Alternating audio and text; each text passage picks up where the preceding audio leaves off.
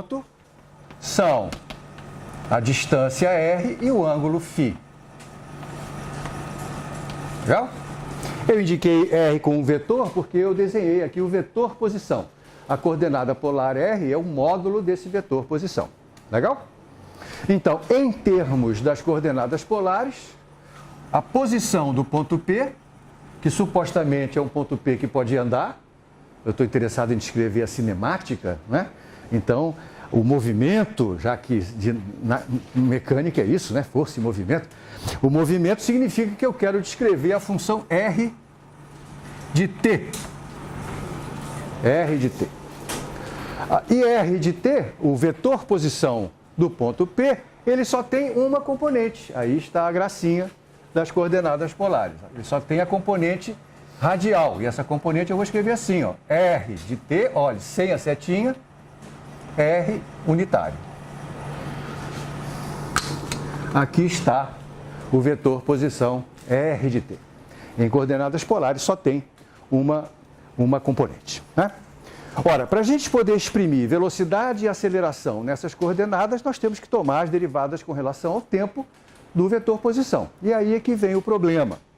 Claro que não tem almoço de graça em mecânica, não. Eu ganho alguma coisa por usar coordenadas polares, em particular ganho o fato de que o vetor posição fica com uma componente só, mas eu tenho que pagar um preço. E o preço que eu tenho que pagar é o fato de que o vetor unitário R chapéu, ele depende do tempo. Por quê? Porque para cada posição indicada pelo ponto P, o vetor R chapéu vai ter uma direção diferente. Ao contrário dos vetores unitários X chapéu e Y chapéu.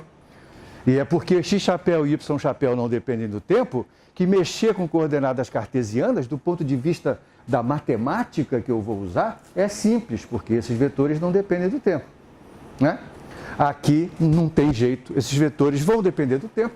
E no final da aula passada eu demonstrei para você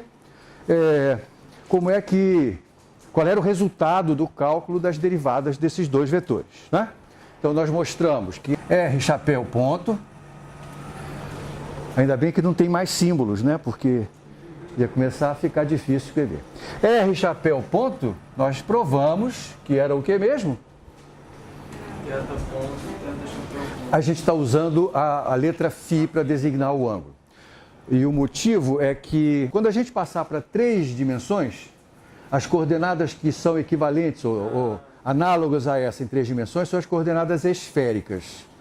E elas envolvem a distância R, o ângulo no plano horizontal, chamado de φ, e o ângulo com o eixo Z, chamado de θ. Então, para acostumar você com o φ ser no plano XY, eu já estou usando essa nomenclatura agora, tá? O ângulo θ vai ser o ângulo que o vetor posição vai fazer com o eixo Z quando eu tiver em 3 dimensões, ok? Sim, mas aí, como é que eu interrompi o João Vitor? Ele estava dizendo que R chapéu ponto é φ ponto, φ chapéu. Bacanérrimo. O que quer dizer isso, Matheus? Quando a gente faz matemática, existe um risco muito grande da gente ficar preso aos símbolos, e a gente, alunos de física, são sempre muito habilidosos de mexer com símbolos para lá e para cá, e esquecem que eles estão lidando com a natureza, não é verdade? Eu vou sempre chamar a sua atenção para o que significam os símbolos que a gente está usando. O que quer dizer isso que eu acabei de escrever aqui?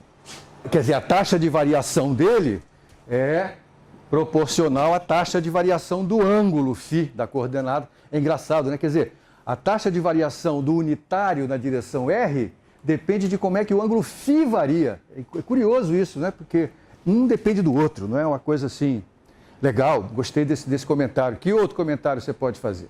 André? A direção do R muda. Isso! De quem que muda? Do R chapéu. A direção do R chapéu muda, porque cada ponto P vai envolver uma direção diferente, né?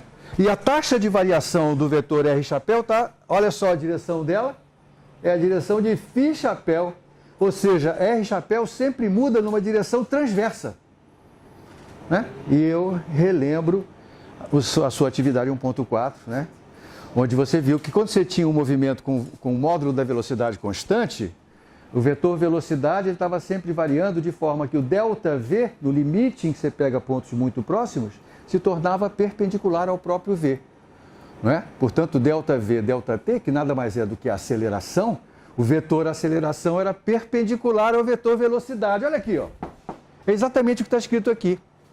A taxa de variação do vetor unitário R é perpendicular ao vetor unitário R.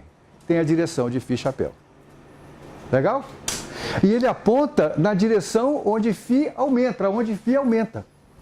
Se o φ aumenta a partir do eixo X.